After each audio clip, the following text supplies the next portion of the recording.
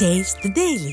டெல்லி சென்ற ஸ்டாலினை வரவேற்க கூலிக்கு அழைத்து வரப்பட்ட முதியவர்கள் மற்றும் குழந்தைகள் கொளுத்தும் வெயிலில் 2 மணி நேரத்திற்கு மேலாக காக்க வைக்கப்பட்டனர்.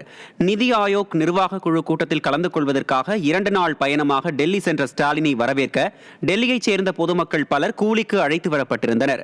அவர்கள் திமுக கொடி மற்றும் பதாகைகளை கையில் ஏந்தி வரவேற்க காத்திருந்தனர். 1 மணியளவில் ஸ்டாலின் டெல்லி சென்றடைந்த நிலையில் அதற்கு 2 மணி நேரத்திற்கு முன்னர் இருந்தே முதியவர்கள், குழந்தைகள் உள்பட பொதுமக்கள் சுட்டெரிக்கும் வெயிலில் காத்திருந்ததால் சோர்ந்து போயிருந்தனர். தங்களுக்கு தலா 1000 ரூபாய் கொடுத்து திமுகவினர் அழைத்து வந்ததாக அவர்கள் தெரிவித்தனர். காசு கொடுத்து வரவேற்க ஏற்பாடு செய்யும் திமுகவின் இந்த கலாச்சாரத்தை டெல்லியிலும் அவர்கள் பரப்பியுள்ளதாக குற்றம் சாட்டப்படுகிறது. விழுப்புரத்தில் திமுக சார்பில் நடைபெற்ற செயற்குழு கூட்டத்தில் முன்னாள் அமைச்சர் பொன்முடியின் பெயர், புகைப்படம் ஆகியவை இடம்பெறாதது திமுகவினரிடையே சலசலப்பை ஏற்படுத்தியுள்ளது.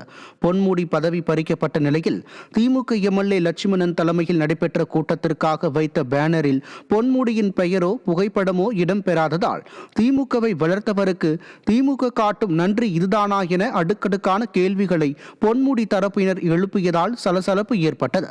பொன்முடி லட்சுமணன் இடையேயான போர் மீண்டும் வலுக்க தொடங்கியுள்ள நிலையில் எந்த பக்கம் சாய்வது என தெரியாமல் பொறுப்பு அமைச்சர் MRK விழிப்பிதுங்கியும் மூத்த நிர்வாகிகள் குழப்பத்தில் ஆழ்ந்துள்ளனர்.